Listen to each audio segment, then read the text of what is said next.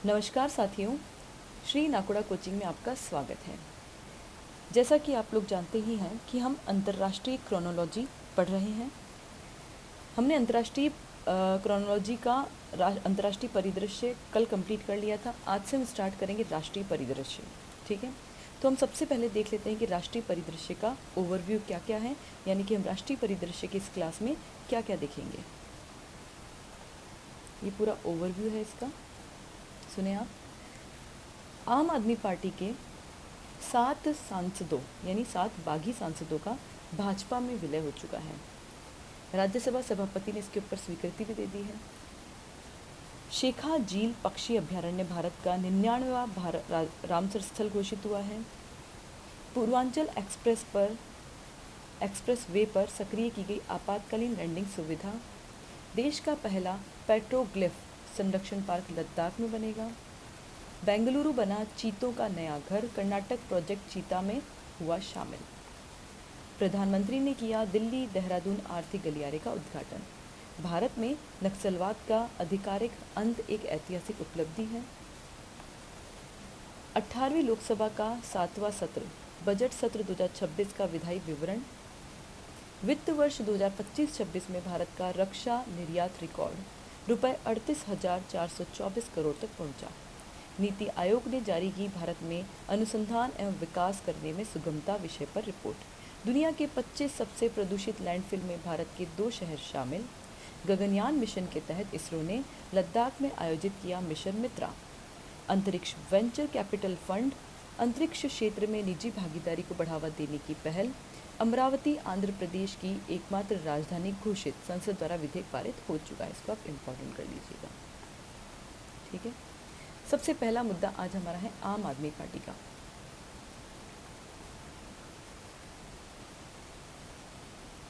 आप जानते ही हैं आम आदमी पार्टी अरविंद केजरीवाल वाली पार्टी। ठीक है, आम आदमी पार्टी के 7 बागी सांसदों का भाजपा में विलय, राज्यसभा सभापति की स्वीकृति। 27 अप्रैल 2026 को राज्यसभा के सभापति सीपी राधाकृष्णन, यानी कि हमारे उपराष्ट्रपति कौन है वर्तमान में, सीपी राधाकृष्णन। सीपी राधाकृष्णन ने आम आदमी पार्टी के 7 बागी सांसदों के भारतीय जनता पार्टी में विलय को आधिकारिक मंजूरी दे दी है। इन सांसदों ने 24 अप्रैल को पार्टी नेतृत्व पर सिद्धांतों से भटकने का आरोप लगाते हुए भाजपा में शामिल होने की घोषणा की। शामिल होने वाले सांसदों के नाम राघव चड्ढा, इम्पॉर्टेंट है ये, हरभजन सिंह, स्वाति मालीवाल, संदीप पाठक, अशोक मित्तल, राजेंद्र गुप्ता और विक्रमजीत सिंह साहनी। ठीक है, संवैधानिक प्रावधान देख लीजिए आप। राज्यसभा में आम आदमी पार्टी के कुल 10 सांसद थे राज्यसभा में। ठीक है, संविधान की 10वीं अनुसूची के अनुसार यदि किसी विधायी दल के 2/3 सदस्य या उससे अधिक सदस्य किसी अन्य दल में विलय करते हैं तो उनकी सदस्यता पर दल बदल कानून के तहत खतरा नहीं रहता है। कहने का तात्पर्य ये है कि अगर किसी दल में से 2/3 सांसदों से कम सदस्य दल बदल करते हैं तो उनकी संसद की सदस्यता ऑलमोस्ट समाप्त हो जाती है। ठीक है, और संसद की सदस्यता समाप्त करने का अंतिम निर्णय अगर राज्यसभा सांसद हैं तो उनके संदर्भ में तो सभापति लेता है, और अगर लोकसभा से सांसद है तो उसका अंतिम निर्णय जो है वो लोकसभा अध्यक्ष लेता है। लेकिन राज्यसभा के सभापति और लोकसभा के अध्यक्ष, इन दोनों के द्वारा लिए गए निर्णय के ऊपर न्यायिक पुनरावलोकन किया जा सकता है।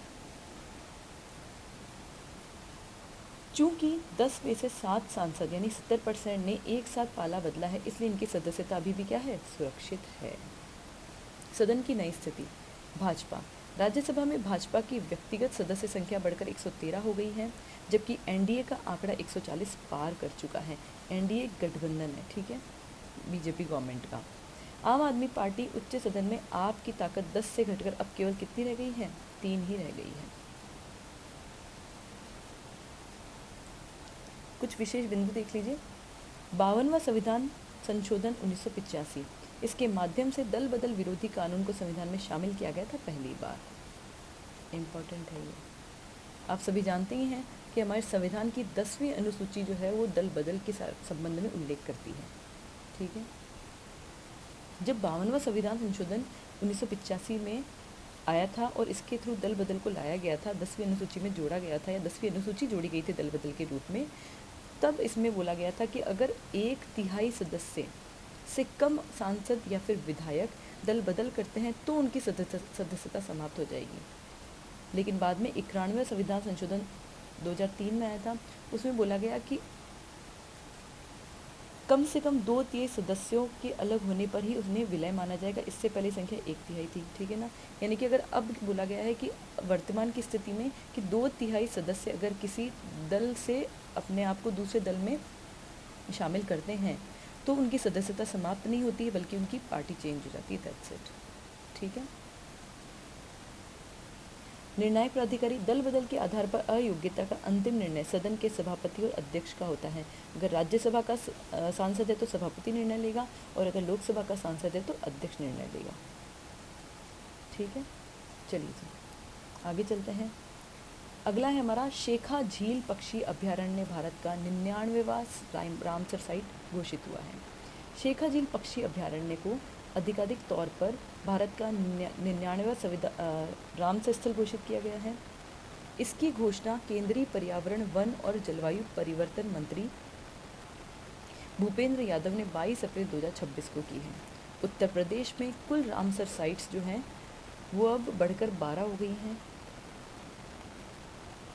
कितनी हो गई हैं? 12। इनका पारिस्थितिकी महत्व देख लीजिए। शेखा झील मध्य एशियाई फ्लाईवे पर एक महत्वपूर्ण पड़ाव है। ये सर्दियों के दौरान bar headed goose, patent stork और विभिन्न प्रकार की बतखों जैसे प्रवासी पक्षियों के लिए एक महत्वपूर्ण आवास प्रदान करती है, ठीक है। तो अब इसको इम्पोर्टेंट कर लेना शेखा झील को। शेखा झील हाल ही में 99वां रामसर साइट बना है, ठीक है। आगे चलिए, झील के बारे में कुछ महत्वपूर्ण फैक्ट्स और देख लीजिए। शेखा झील एक 12मासी ताजे पानी की झील है जो कि 1852 में ऊपरी गंगा नहर के निर्माण के बाद अस्तित्व में आई थी। उल्लेखनीय है कि 30 जनवरी 2026 को गुजरात के छारी ढांड और उत्तर प्रदेश के ही पटना पक्षी अभ्यारण्य को भारत का रामसर स्थल घोषित किया गया था। ये भी काफ़ी इम्पोर्टेंट है। सबसे पहले हम ये जान लेते हैं कि रामसर साइट होता क्या है। तो देखिए, रामसर साइट जो है ये अंतर्राष्ट्रीय महत्व की आर्द्र भूमियाँ होती हैं। इन्हें रामसर कन्वेंशन के तहत वैश्विक स्तर पर मान्यता और संरक्षण दिया जाता है। आर्द्र भूमि या वेटलैंड्स या ये दलदली भूमि जो होती है, ये जलमग्न और तटीय क्षेत्र होते हैं जो जैव विविधता का मुख्य केंद्र होते हैं और पानी को प्राकृतिक रूप से शुद्ध करने और बाढ़ रोकने में ही मदद करते हैं। 2 फरवरी 1971 में ईरान के रामसर शहर में इसकी शुरुआत हुई थी। यानी कि रामसर कन्वेंशन की शुरुआत कब हुई थी? 2 फरवरी 1971, ठीक है। उद्देश्य क्या था? तो इनका उद्देश्य था दुनिया भर की महत्वपूर्ण आर्द्र भूमियों को नष्ट होने से बचाना और उनके प्राकृतिक संसाधनों का सही उपयोग सुनिश्चित करना। वर्तमान में क्या स्थिति है? तो वर्तमान में भारत में टोटल 99 रामसर स्थल हैं। कितने हैं? 99। अभी अपन देख के आए हैं कि यूपी का कौन सा शेखा झील जो है ये 99वां क्या बना है? रामसर स्थल बना है। हम देखें कि 99 रामसर स्थलों में सबसे बड़ा रामसर स्थल कौन सा है? तो वो है सुंदरवन, ठीक है। आप जानते हैं पश्चिमी बंगाल वाला सुंदरवन, ठीक है। वही सबसे छोटा पूछे आप लोगों से तो वो है रेणुका। रेणुका कहाँ पे है? तो ये हिमाचल प्रदेश में है। और सबसे ज़्यादा रामसर साइट वाला आपसे स्टेट पूछे तो वो है तमिलनाडु। तमिलनाडु में वर्तमान में 20 रामसर साइट्स हो चुकी हैं। इसी संदर्भ में अगर हम राजस्थान के बारे में बात करें तो राजस्थान में 5 रामसर साइट्स जो है घोषित हो चुकी है टोटल। कितनी? 5 रामसर साइट्स। सबसे पहली और दूसरी तो आप जानते हैं, केवलादेव और सांभर, ठीक है। अब वापस से रिवीजन कर सकते हैं इसमें से, देखिए अच्छे से।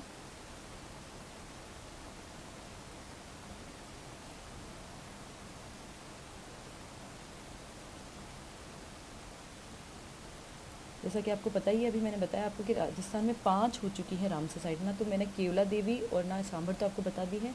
जो अभी लेटेस्ट 2025-26 में बनी है उनमें है एक तो खिंचन वेटलैंड फलोदी वाला, एक है मैनार उदयपुर वाला, और एक है सिलीसेट झील अलवर वाली। तो टोटल 5 हो चुकी है राजस्थान में। ठीक है, मैं आपको इनके नाम यहाँ साइड में लिख के बता देती हूँ।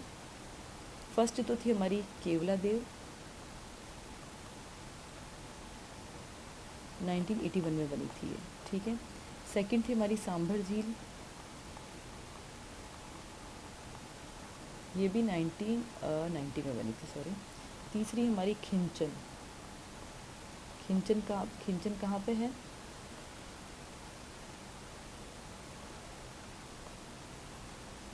खिंचन कहाँ पे है? तो ये है फलौदी में, ये 2025 में बनी है। फिर इसके बाद मैनार उदयपुर में है, ये भी 2025 में बनी है। और अभी सिलीसेट झील अलवर वाली, इसको शामिल की है। तो वर्तमान में राजस्थान में कितनी रामसर साइट्स हैं? तो 5 है। ठीक है, चलिए जी हम आगे चलते हैं। अगला हमारा मुद्दा है पूर्वांचल एक्सप्रेस वे पर सक्रिय की गई आपातकालीन लैंडिंग सुविधा। भारतीय वायुसेना ने 22 अप्रैल 2026 को उत्तर प्रदेश के सुल्तानपुर जिले में पूर्वांचल एक्सप्रेसवे पर आपातकालीन लैंडिंग सुविधा को दिन और रात दोनों समय सक्रिय कर अपनी परिचालन क्षमता का प्रदर्शन किया है। इसको इम्पोर्टेंट कर लें आप। इसका उद्देश्य आपातकालीन स्थिति में सड़क आधारित रनवे का त्वरित उपयोग कर वायुसेना की रक्षा तैयारियों को और मजबूत करना है। ठीक है, अभ्यास में शामिल वायु शक्ति देख लीजिए। इस अभ्यास में वायुसेना के बेड़े के विभिन्न आधुनिक विमानों और टीमों ने हिस्सा लिया है। जैसे कुछ लड़ाकू विमानों के नाम देखिए, जैगुआर है, मिराज 2000 है, सुखोई 30 MKI है। इसके अलावा मालवाहक विमान में C295 और AN32 है। हेलीकॉप्टर में MI-17V5 है। विशेष बल में देख लीजिए गरुड़ कमांडो टीम ने भी इस ऑपरेशन में सक्रिय भागीदारी की है। इसको आप इम्पोर्टेंट कर लीजिए। लड़ाकू विमान कौन कौन से देखिए वापस से, एक तो है जैगुआर, एक है मिराज 2000, एक है सुखोई 30 MKI।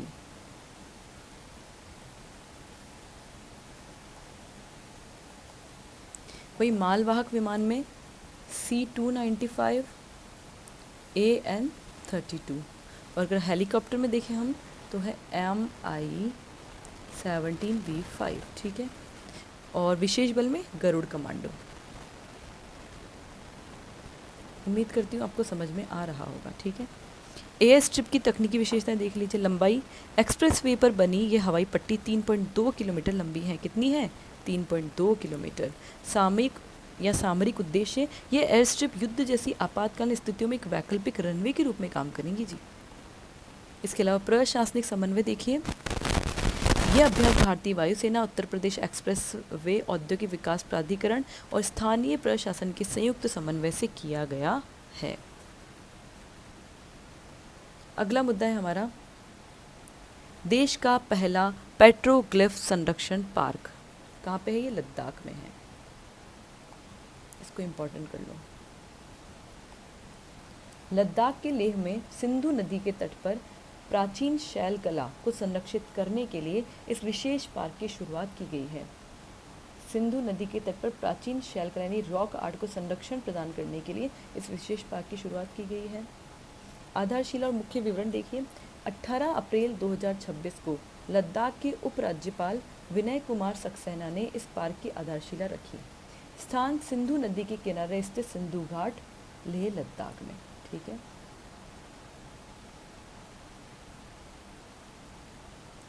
साझेदारी, इसके संरक्षण के लिए भारतीय पुरातत्व सर्वेक्षण और अभिलेखागार, पुरातत्व एवं संग्रहालय विभाग के बीच MOU हुआ है। बहुत इंपॉर्टेंट है ये। किस किस के बीच में MOU हुआ है? तो भारतीय पुरातत्व सर्वेक्षण यानी कि ASI और पुरातत्व एवं संग्रहालय विभाग,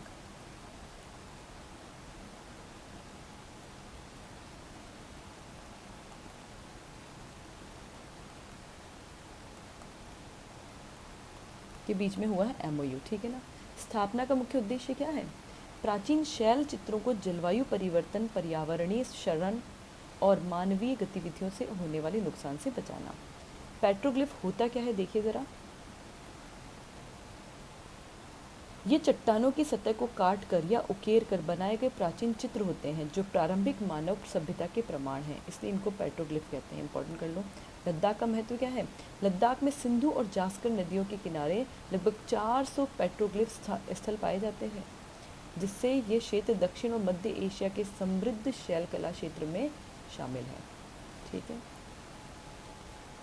अगला है हमारा, बेंगलुरु बना चीतों का नया घर। कर्नाटक प्रोजेक्ट चीता में हुआ शामिल। देश का दक्षिणी राज्य कर्नाटक चीतों की आबादी को पुनर्जीवित करने के राष्ट्रीय अभियान में शामिल होने वाला नवीनतम राज्य बन गया है। आगमन प्रोजेक्ट चीता के तहत दक्षिण अफ्रीका से 4 अफ्रीकी चीते, 2 नर और 2 मादा 18 अप्रैल 2026 को पहली बार बेंगलुरु पहुंचे हैं। उन्हें दक्षिण अफ्रीका के इंदुना प्राइमेट एंड पैरट पार्क से लाया गया है। इसको आप इम्पोर्टेंट कर लेना, कहाँ से आए हैं ये चारों चीते? तो ये आए हैं दक्षिण अफ्रीका के इंदुना प्राइमेट एंड पैरट पार्क से, ठीक है। इनको नया आवास कहाँ मिलेगा? तो इन्हें बेंगलुरु के बैनरघट्टा जैविक पार्क में रखा गया है, जहाँ वे वर्तमान में 30 दिनों के लिए अनिवार्य क्वारंटीन में रहेंगे। अब आप जानते हैं किसी भी जानवर को क्वारंटीन में क्यों रखा जाता है? क्योंकि अचानक से कोई जीव अगर किसी नए पर्यावरण में या नए एटमॉस्फेयर में आता है तो उसके लिए एडजस्टमेंट होना थोड़ा मुश्किल होता है। अगर सीधा उसे जंगल में छोड़ दिया जाए तो वो अगर किसी परेशानी से ग्रसित है भी सही तो उसके बारे में पता नहीं लगाया जा सकता है। तो 30 डेज़ तक उनको क्वारंटीन रखा जाता है ताकि उनकी पूरी देखभाल उसमें की जा सके, उनके हाव भाव, वो किस तरीके से एडजस्ट हो रहे हैं माहौल में, उस पर नज़र रखी जा सके, ठीक है। स्वागत इन 2 जोड़े चीतों का कैंपगोड़ा हवाई अड्डे पर वन मंत्री ईश्वर खंड्रे ने स्वागत किया है। नियम, ये स्थानांतरण वन्य जीव संरक्षण अधिनियम 1972 के तहत स्वीकृत पशु विनियम कार्यक्रम के माध्यम से किया गया। इसको इम्पोर्टेंट करना, कई बार एग्जाम में पूछा गया है ये वन्य जीव संरक्षण अधिनियम कब आया था? तो 1972 में आया था। कर्नाटक में चीतों को स्थानीय रूप से शिवंगी के नाम से जाना जाता है, इसको इम्पोर्टेंट कर लें आप, जहाँ ये अत्यधिक शिकार और वर्षों से उनके आवास के शरण के कारण विलुप्त हो गए थे। क्या नाम था उनका?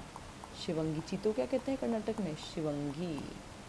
प्रोजेक्ट चीता वर्ष 2022 में शुरू की भारत सरकार की एक बड़ी वन्यजीव परियोजना है, इसको भी इम्पोर्टेंट कर लें। कब शुरू हुआ था प्रोजेक्ट चीता? 2022 में। प्रथम चरण सितंबर 2022 में नामीबिया से, सबसे पहले हमारे यहाँ पे नामीबिया से 8 चीते लाए गए थे, जिन्हें मध्य प्रदेश के कूनो राष्ट्रीय पार्क में छोड़ा गया था। इसको भी इम्पोर्टेंट कर लें आप, कूनो राष्ट्रीय पार्क को भी, ठीक है। चलिए जी आगे चलते हैं हम। प्रधानमंत्री ने किया दिल्ली देहरादून आर्थिक गलियारे का उद्घाटन। देहरादून कहाँ पे पड़ता है? तो उत्तराखंड में। प्रधानमंत्री नरेंद्र मोदी ने दिल्ली देहरादून आर्थिक गलियारे का उद्घाटन 14 अप्रैल 2026 को किया है। इस गलियारे के खुलने से दिल्ली और देहरादून के बीच यात्रा का समय 5 से 6 घंटे से घटकर अब मात्र 2.5 से 3 घंटे रह गया है। जहाँ पहले 6 घंटे लगते थे वहाँ पर लगभग 50% जो है कमी आ चुकी है, यानी कि 3 घंटे का टाइम लगेगा अब दिल्ली से देहरादून जाने में। लंबाई देख लीजिए, लंबाई 213 किलोमीटर है इसकी। अनुमानित लागत कितनी है? तो 12,000 करोड़ रुपए है। एक्सप्रेस लेन, यह 6 लेन का अत्याधुनिक एक्सप्रेस वे है, जिसे भविष्य में 8 लेन का विस्तारित किया जा सकता है। देखिए एक्सप्रेस वे और कुछ नहीं होता है। आप नेशनल हाईवे को अगर 4 लेन या 6 लेन अगर आप नेशनल हाईवे को 6 लेन या 8 लेन बना देते हैं तो वो एक्सप्रेस वे कहलाता है, ठीक है। कनेक्टिविटी देखिए, ये कॉरिडोर दिल्ली, पश्चिमी उत्तर प्रदेश और उत्तराखंड को तेज कनेक्टिविटी प्रदान करेगा। प्रमुख मार्ग, ये एक्सप्रेस वे दिल्ली के अक्षरधाम से शुरू होकर गाज़ियाबाद, बागपत, शामली, मुजफ्फरनगर और सहारनपुर के रास्ते देहरादून तक जाएगा। वन्य जीव गलियारा देखिए, मानव वन्य जीव संघर्ष में अत्यधिक कमी लाने के उद्देश्य से इस कॉरिडोर में 12 किलोमीटर लंबी एलिवेटेड चाइल्ड लाइफ कॉरिडोर बनाया गया है। एशिया के सबसे लंबे कॉरिडोर में से एक है ये, लगभग 12 किलोमीटर। कितना है? 12 किलोमीटर। कॉरिडोर में शामिल है 8 तो पशु मार्ग, 200 मीटर लंबे 2 हाथी अंडरपास, दात काली मंदिर के पास 370 मीटर लंबी सुरंग। लाभ क्या होगा इससे? तो इससे देहरादून, मसूरी, ऋषिकेश और 4 धाम यात्रा मार्गों जैसे पर्यटन स्थलों को लाभ मिलेगा। उद्योग, कृषि, परिवहन और लॉजिस्टिक्स को भी नई गति मिलेगी। ठीक है, तो आप समझ चुके होंगे दिल्ली देहरादून आर्थिक गलियारे का इम्पोर्टेंस। ठीक है, देखिए इसमें क्या क्या चीज़ें इंपॉर्टेंट है। हाल ही में 14 अप्रैल को ये घोषणा की गई है, जहाँ पहले 5 से 6 घंटे लगते थे हमें दिल्ली से देहरादून जाने में, वहाँ कितने टाइम लगेगा, लगभग 3 घंटे लगेंगे। 213 किलोमीटर लंबा है, 12,000 करोड़ रुपये गवर्नमेंट इस पर खर्च कर रही है। एक्सप्रेस वे है, यानी कि 6 लेन या 8 लेन में बनेगा ये। ठीक है, कौन कौन से शहर इसमें शामिल होंगे, तो देखिए दिल्ली का अक्षरधाम से शुरू होगा ये, गाज़ियाबाद से बागपत, बागपत से शामली, मुजफ्फरनगर और सहारनपुर के रास्ते देहरादून तक जाएगा ये। ठीक है, इसमें वन्य जीव गलियारे के तहत 12 किलोमीटर लंबा एलिवेटेड वाइल्ड लाइफ कॉरिडोर भी बनाया जाएगा। ठीक है, इसको आप अच्छे से देख लीजिएगा। ठीक है, अगला मुद्दा है हमारा, भारत में नक्सलवाद का आधिकारिक अंत एक ऐतिहासिक उपलब्धि। केंद्रीय गृह मंत्रालय ने 15 अप्रैल 2026 को आधिकारिक तौर पर घोषणा की कि भारत अब नक्सल हिंसा प्रभावित जिलों की श्रेणी से मुक्त हो गया है। इसके साथ ही 1967 में पश्चिमी बंगाल के नक्सलबाड़ी से शुरू हुए सशस्त्र विद्रोह का अंत हो गया है। ठीक है, इंपॉर्टेंट कर लीजिएगा इसको। प्रमुख तिथियां और घटनाक्रम देखिए। संसद में घोषणा, 30 मार्च 2026 को गृह मंत्री अमित शाह ने भारत को माओवाद मुक्त घोषित किया। इंपॉर्टेंट कीजिए टाइम पीरियड आप, कौन सा है, 30 मार्च 2026 वाला, माओवाद मुक्त घोषित किया है। अंतिम समय सीमा, सरकार ने 31 मार्च 2026 तक नक्सलवाद को पूरी तरह समाप्त करने का लक्ष्य रखा था। आधिकारिक पुष्टि 8 अप्रैल 2026 को गृह मंत्रालय ने 9 राज्यों आंध्र प्रदेश, बिहार, छत्तीसगढ़, झारखंड, मध्य प्रदेश, महाराष्ट्र, ओडिशा, तेलंगाना और पश्चिमी बंगाल की को समीक्षा रिपोर्ट भेजी है। कितने राज्य हैं, 9 राज्य। ध्यान से देखिए फिर से, एक तो है आंध्र प्रदेश है, एक बिहार है, छत्तीसगढ़ है, झारखंड है, मध्य प्रदेश है, महाराष्ट्र है, ओडिशा है, तेलंगाना है और वेस्ट बंगाल है। ठीक है, 9 राज्य हो गए।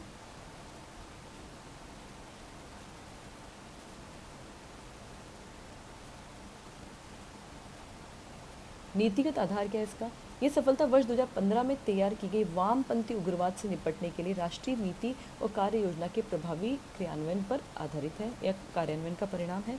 इस नीति के तहत सुरक्षा, विकास, स्थानीय समुदायों के अधिकारों को सुनिश्चित करने पर केंद्रित त्रिआयामी रणनीति अपनाई गई थी। नया जिला वर्गीकरण, नक्सल प्रभावित टैग को हटाकर अब 37 जिलों को विरासत एवं थ्रस्ट जिले यानी कि लेगेसी एंड थ्रस्ट डिस्ट्रिक्ट तथा एक जिले को चिंता का जिला यानी कि डिस्ट्रिक्ट ऑफ कंसर्न घोषित किया गया। इसको इंपॉर्टेंट कर लीजिएगा आप। टोटल 37 जिलों को तो लेगेसी एंड थ्रस्ट डिस्ट्रिक्ट और एक जिले को डिस्ट्रिक्ट ऑफ कंसर्न घोषित किया गया है। विरासत एवं थ्रस्ट जिले क्या होंगे, ये वे जिले हैं जहां नक्सल उग्रवाद प्रभावी रूप से समाप्त माना गया है, लेकिन शांति बनाए रखने के लिए सुरक्षा और विकास प्रयास जारी रखे जाएंगे। इसमें बस्तर, दंतेवाड़ा, कांकेर, सुकमा, गया, जमुई, कोरापुट, मलकानगिरी और झारग्राम जैसे क्षेत्र शामिल हैं। वहीं चिंता का जिला, झारखंड का पश्चिमी सिंहभूम एकमात्र डिस्ट्रिक्ट ऑफ कंसर्न है जहां नक्सल हिंसा नियंत्रित मानी गई है, लेकिन निरंतर निगरानी और विकास सुरक्षा कवरेज की आवश्यकता बनी रहेगी। कहने का तात्पर्य यह है कि अगर कोई भी जिला विरासत या थ्रस्ट जिले में शामिल है ना, तो इसका मतलब है कि यहाँ पे नक्सल उग्रवाद प्रभावी रूप से जो है समाप्त माना गया है। ठीक है, और वहीं अगर हम चिंता का जिला के बारे में बात करें तो जहाँ नक्सल हिंसा नियंत्रित मानी गई है, ठीक है, लेकिन निरंतर निगरानी और विकास सुरक्षा यहाँ पे जरूरी है। ठीक है जी,